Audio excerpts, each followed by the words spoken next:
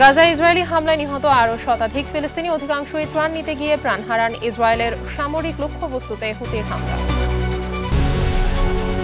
Yemen উপকূলে নৌকাডুবিতে নিহত 68 অভিবাসন প্রত্যাশী, এখনও নিখোঁজ কমপক্ষে 74। জাপানে ম্যানহোলে পড়ে 4 শ্রমিক নিহত।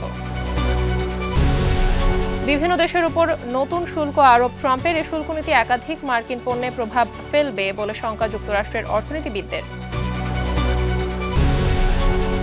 এবং জাপানে অনুষ্ঠিত হলো জুলাই ও নতুন বাংলাদেশের প্রত্যাশা শীর্ষক আলোচনা সভা, ঐক্যবদ্ধভাবে নতুন বাংলাদেশ গড়ার প্রত্যয়।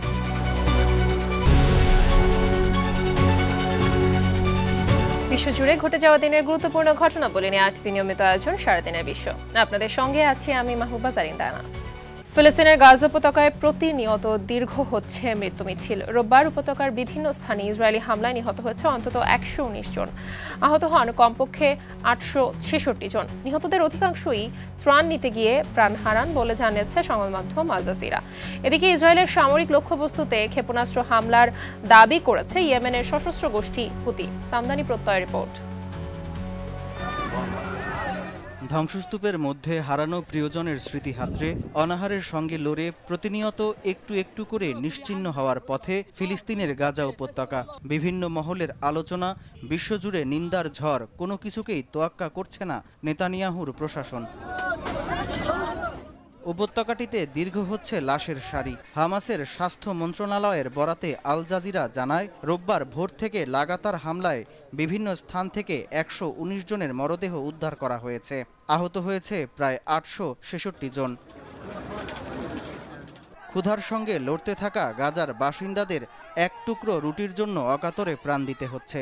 রোববার ত্রাণ নিতে গিয়ে ইসরায়েলি সেনাদের গুলিতে প্রাণ হারিয়েছে অন্তত 65 জন। এখন পর্যন্ত ত্রাণ কেন্দ্রেই হত্যা করা হয়েছে 1300 ফিলিস্তিনিকে। চরম খাদ্যাভাবে থাকা উপত্যকাটিতে প্রতিদিন গড়ে মাত্র 100টি খাবারের ট্রাক প্রবেশ করলেও প্রয়োজনের তুলনায় তা অত্যন্ত নগণ্য। এর মধ্যে ইচ্ছাকৃতভাবে 22,000-এর বেশি মানবিক সহায়তা পণ্য বহনকারী ট্রাককে গাজায় প্রবেশ করতে দিচ্ছে না ইসরায়েলি বাহিনী। গেল 2 সপ্তাহে গাজায় অপুষ্টিতে মারা গেছে অন্তত 93 জন শিশু। এদিকে ইসরায়েলের সামরিক লক্ষ্যবস্তুতে হামলা চালিয়েছে ইয়েমেনের হুতি যোদ্ধারা। এই ড্রোনগুলো ইসরায়েলের 3টি গুরুত্বপূর্ণ শহর তেল আবিব, আশকেলন ও হাইফায় নিক্ষেপ করা হয় বলে জানিয়েছে গোষ্ঠীটি। তবে সবগুলো ক্ষেপণাস্ত্র আকাশেই ধ্বংসের দাবি তেল আবিবের। সামদানি প্রত্যয়, RTV। প্রচণ্ড বৃষ্টি ও বাতাস উপেক্ষা করে স্বাধীন ফিলিস্তিন রাষ্ট্র গঠনের দাবিতে অস্ট্রেলিয়ায় বিক্ষোভ অনুষ্ঠিত হয়েছে। এ সময় বিক্ষোভকারীরা সিডনি হারবার ব্রিজে মিছিল করে। সপরিবারে মিছিলে অংশগ্রহণ করে আলোচিত সাংবাদিক, প্রকাশক ও প্রোগ্রামার জুলিয়ান অ্যাসাঞ্জ। এই মুহূর্তে যুদ্ধবিরতি করতে হবে, ফিলিস্তিনকে ইসরায়েলি আগ্রাসন থেকে মুক্ত করতে হবে, বিক্ষোভকারীদের এসব স্লোগানে মুখর ছিল সিডনি হারবার। বাকিটা ইমতিয়াজ আহমেদের রিপোর্টে। রোববার স্বাধীন ফিলিস্তিনের সমর্থনে অস্ট্রেলিয়ার সিডনি হারবার ব্রিজের উপর বিক্ষোভ করেছেন হাজারো মানুষ। বিক্ষোভে একাত্মতা প্রকাশ করে অংশ নেন উইকিলিক্স প্রতিষ্ঠাতা জুলিয়ান অ্যাসাঞ্জ। গেল বছর যুক্তরাজ্যের একটি কারাগার থেকে মুক্তি পাওয়ার পর অস্ট্রেলিয়ায় ফিরে আসেন জুলিয়ান। রোববারের বিক্ষোভে অ্যাসাঞ্জের পাশে তার পরিবারের সদস্যদেরও দেখা যায়। গাজায় অপুষ্টি ও খাদ্য সংকট নিয়ে আন্তর্জাতিক উদ্বেগ ও সমালোচনা জোরালো হচ্ছে। এমন অবস্থায় সাম্প্রতিক সময়ে ফ্রান্স, যুক্তরাজ্য ও কানাডা ভবিষ্যতে ফিলিস্তিনকে একটা স্বাধীন রাষ্ট্র হিসেবে স্বীকৃতি দেওয়ার বিষয়ে নিজেদের অবস্থান স্পষ্ট করে। কোনো দেশ শর্ত সাপেক্ষে স্বীকৃতি দেওয়ার কথাও জানায়। গাজায় ইসরায়েলের চলমান হত্যাযজ্ঞ বন্ধের বিষয়ে ইসরায়েলের প্রতি আহ্বান জানালেও দেশগুলো এখনও স্বাধীন ফিলিস্তিন রাষ্ট্রকে স্বীকৃতি দেওয়ার বিষয়ে চূড়ান্ত সিদ্ধান্ত নেয়নি। গেল মঙ্গলবার আরও 1 ডজনেরও বেশি দেশের সঙ্গে দেয়া এক যৌথ বিবৃতিতে অস্ট্রেলিয়া বলছে, ফিলিস্তিন রাষ্ট্রকে স্বীকৃতি দেওয়ার বিষয়টি ইতিবাচকভাবে বিবেচনা করছে তারা। দ্বি-রাষ্ট্রভিত্তিক সমাধানের পথে এক গুরুত্বপূর্ণ পদক্ষেপ বলেও উল্লেখ করা হয় বিবৃতিতে। এই বিক্ষোভ মিছিল ইতিহাস সৃষ্টি করবে। অস্ট্রেলিয়ার নিউ সাউথ ওয়েলস রাজ্যের বামপন্থী গ্রিনস পার্টির সিনেটর মেহরিন ফারুকি সিডনির ল্যাং পার্কে জড়ো হওয়া বিক্ষোভকারীদের উদ্দেশ্যে একথা জানান। ইসরায়েলের বিরুদ্ধে কঠোরতম নিষেধাজ্ঞা আরোপের আহ্বানও জানান তিনি। আসুন আপনারা আমাদের সঙ্গে যোগ দিন, স্বাধীন ফিলিস্তিন রাষ্ট্র গঠনের জন্য চিৎকার করুন।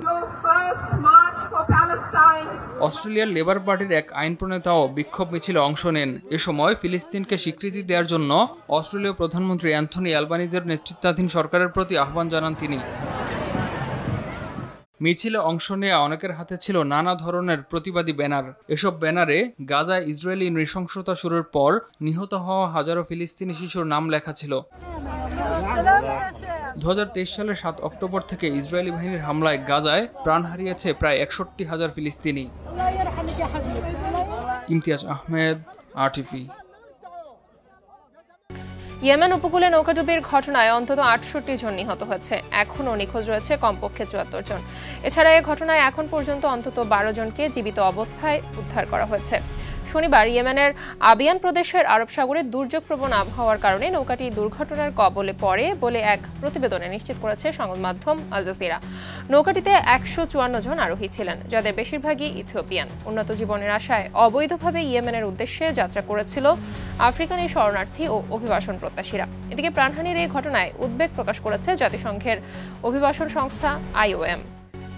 জাপানে ম্যানহোলে পড়ে 4 শ্রমিক নিহত হয়েছে। দেশের রাজধানী টোকিওর উত্তরে অবস্থিত গিয়োদা শহরে নর্দমার পাইপ পরীক্ষার সময় এই প্রাণহানির ঘটনা ঘটে বলে শহরটির পুলিশ বিভাগের বরাতে নিশ্চিত করেছে সংবাদ মাধ্যম আল জাজিরা। ম্যানহোলের ভেতরে বিষাক্ত হাইড্রোজেন সালফাইড গ্যাসের উপস্থিতির কারণে শ্রমিকদের মৃত্যু হয় বলেও জানিয়েছে দেশটির পুলিশ কর্তৃপক্ষ। জাপানের স্থানীয় গণমাধ্যমগুলোর প্রতিবেদন অনুযায়ী শুরুতে একজন শ্রমিক ম্যানহোলের ভেতর পড়ে যান, পরে তাকে উদ্ধার করতে গিয়ে প্রাণ হারান আরও 3 জন। নর্দমাটির গভীরতা প্রায় 10 মিটার। নতুন করে বিশ্বের প্রায় 90টি দেশের পণ্যের উপর বিভিন্ন আকারের প্রতিশোধমূলক শুল্ক আরোপ করেছেন মার্কিন প্রেসিডেন্ট ডোনাল্ড ট্রাম্প। তার দাবি নেতিবাচক প্রভাব পড়বে না মার্কিন পণ্যের দামে। তবে মার্কিন অর্থনীতিবিদদের শঙ্কা, কম্পিউটার, পোশাক, খেলনা ও জুতা সহ একাধিক মার্কিন পণ্যের দামে ঝড় তুলবে ট্রাম্পের নতুন এই শুল্ক নীতি। আরও থাকছে অর্ণব প্রসাদের রিপোর্টে। ট্রাম্পের শুল্কবান এবার গলার কাটা হতে যাচ্ছে মার্কিন নাগরিকদের জন্য। বিভিন্ন দেশের ওপর আরোপ করা নতুন শুল্ক নীতি যুক্তরাষ্ট্রের বাজার ব্যবস্থায় কোনো নেতিবাচক প্রভাব ফেলবে না। ট্রাম্প বারংবার এ দাবি করে আসলেও ভিন্ন মত মার্কিন অর্থনীতি বিশ্লেষকদের। তাদের শঙ্কা, ট্রাম্পের শুল্ক নীতি বাড়াবে দেশটির বাজারে প্রচলিত পণ্যের দাম। সম্প্রতি দেশটির গণমাধ্যম CNN-এ প্রকাশিত এক প্রতিবেদনে উঠে এসেছে এমন তথ্য।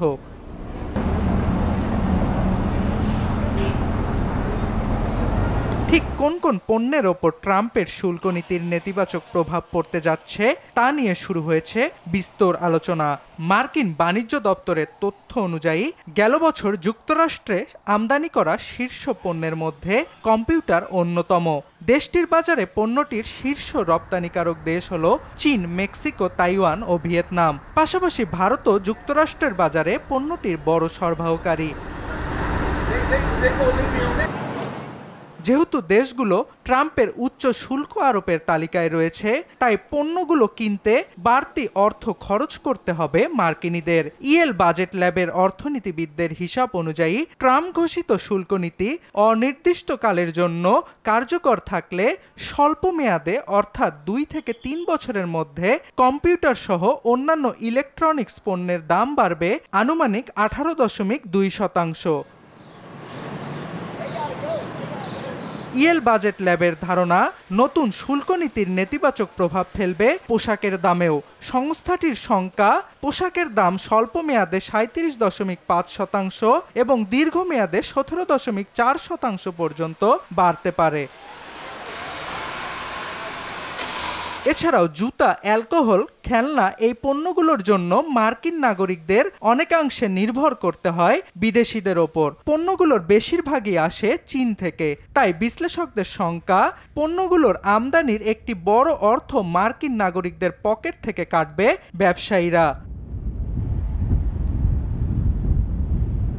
তবে ট্রাম্পের বেপরোয়া শুল্ক নীতি এখনই প্রভাব ফেলছে না মার্কিন ভোক্তাদের ওপর, কেননা বেশিরভাগ ব্যবসায়ী আমদানি করের শঙ্কায় পণ্যগুলো আগে থেকেই মজুত করে রেখেছে। এ কারণে গোল্ডম্যান স্যাক্সের অর্থনীতিবিদদের অনুমান, মজুত করা পণ্য ফুরিয়ে গেলে বাড়বে পণ্যের দাম। তাই ট্রাম্প ঘোষিত শুল্ক নীতির নেতিবাচক প্রভাব পড়তে আরও 8 মাসের মতো সময় লাগতে পারে। অর্ণব প্রসাদ, RTV। জাপানে অনুষ্ঠিত হলো জুলাই ও নতুন বাংলাদেশের প্রত্যাশা শীর্ষক আলোচনা সভা। গেল 2 আগস্ট দেশটির কোবে সিটিতে এনসিপির কানসাই শাখার আয়োজনে এই মতবিনিময় সভা অনুষ্ঠিত হয়। এতে উপস্থিত ছিলেন দলের কেন্দ্রীয় শীর্ষ নেতৃবৃন্দ সহ প্রবাসী বাংলাদেশিরা।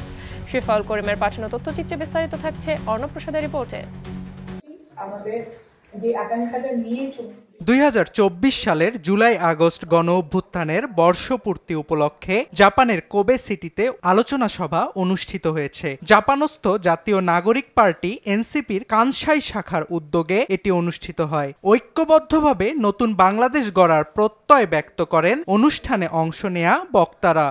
আমাদের যে আকাঙ্ক্ষাটা নিয়ে দেশের মানুষ রাস্তায় নেমেছিল, আপনারা নেমেছিলেন, আওয়াজ তুলেছিলেন, সেইটা যাতে বাস্তবায়ন হয়, সেটা যাতে আবারও আগের মতো মানুষ প্রতারিত না হয়, ঘরে ফিরে যেতে না হয়। এতে প্রধান অতিথি হিসাবে ভার্চুয়ালি যুক্ত ছিলেন এনসিপির সিনিয়র যুগ্ম সদস্য সচিব ডাক্তার তাসনিম জারা। বিশেষ অতিথি হিসাবে আরও যুক্ত ছিলেন এনসিপির এশিয়া বিষয়ক কেন্দ্রীয় প্রতিনিধি মোহাম্মদ জুবাইর আহমেদ সর্দার। অনুষ্ঠানের শুরুতে জুলাই আন্দোলনে নিহত শহীদদের স্মরণে 1 মিনিট নীরবতা পালন করা হয়। সভায় নতুন বাংলাদেশের অগ্রযাত্রায় প্রবাসী বাংলাদেশিরা গুরুত্বপূর্ণ ভূমিকা রাখতে পারে বলে মত দেন এতে অংশ নেয়া আলোচকেরা। সভায় প্রবাসীদের অধিকার, মর্যাদা ও অংশগ্রহণ নিশ্চিত করার দাবিও উত্থাপন করা হয়। আলোচনায় এনসিপি জাপান শাখার সংগঠক মোহাম্মদ মিরাজ, সৌরভ সরকার, নুরুল ইসলাম রাফিন, মেহেদি হাসান খান, হাসান ইবনে রহিম, শামসুল আলম সহ কানসাই অঞ্চলের এনসিপির বিভিন্ন পর্যায়ের নেতাকর্মীরা উপস্থিত ছিলেন। সভা শেষে জুলাই আন্দোলনে নিহত শহীদদের মাগফিরাত কামনায় দোয়ার আয়োজন করা হয়। অর্ণব প্রসাদ, RTV। আর এরই সাথে শেষ করছি সারাদিনের বিশ্ব। RTVর সাথে সংযুক্ত থাকুন, মতামত জানান RTVর সামাজিক যোগাযোগ মাধ্যমগুলোতে।